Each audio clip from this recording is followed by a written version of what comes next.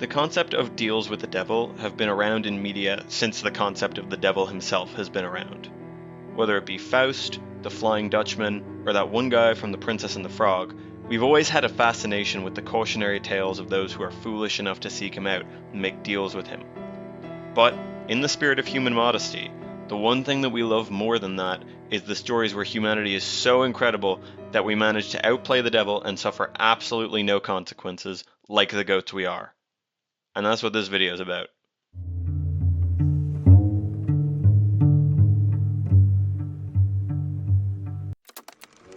Slick as the Devil is a game by Supermutt Games, for the Big Mode 2026 Game Jam. The premise of this game is baked into that classic deal with the devil trope I was talking about like 5 seconds ago. You play as a con man by the name of Sick Boy Sal.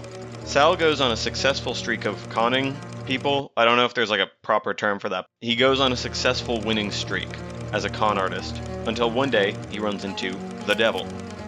The devil is an enterprising fellow, and he promises unlimited riches and power so long as Sal can beat him at his own game. To which Sal accepts because, man, would this be a boring game if he did the responsible thing for once in his life.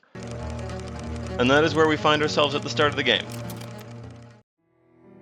It's a classic game of 3-cup.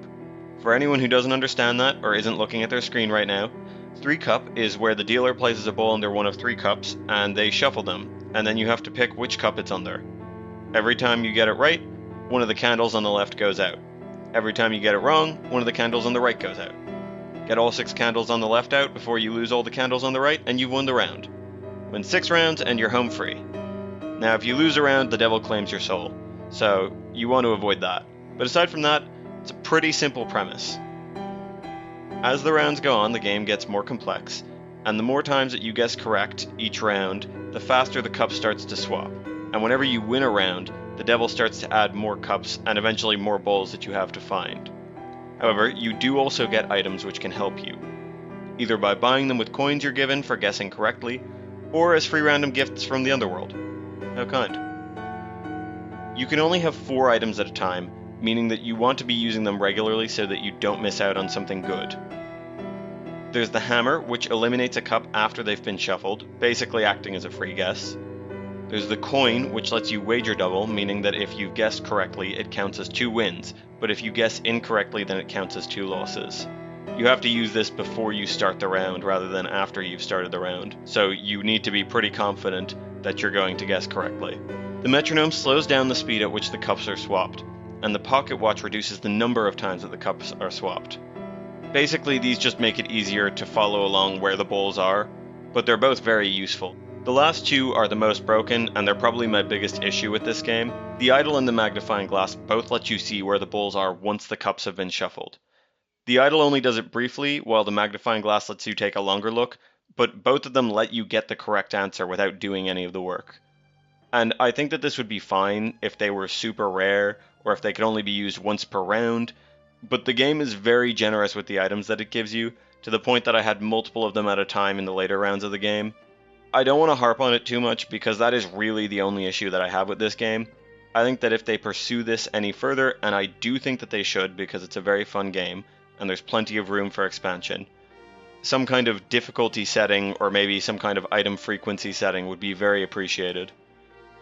One thing that this game immediately reminded me of was the game Inscription.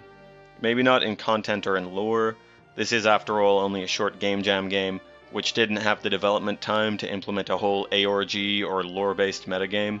In fact, I think I probably just feel that way because you're sitting across from someone at a table in a dark room, and you're playing a game where you're wagering your own life to a dealer.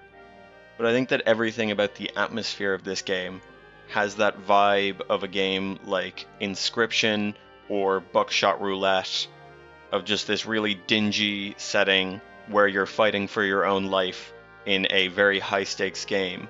Everything from the music to the introductory cutscene and the victory cutscene have its own unique style compared to something like Inscription or Buckshot Roulette.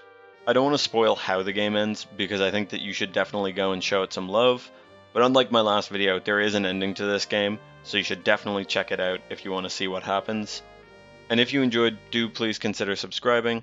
I'd love to make more videos about cool, free itch.io projects, and I think that every time I mention the whole please subscribe, the YouTube gods smile down upon me, and they also make that little button kind of flare up, which I think looks cool.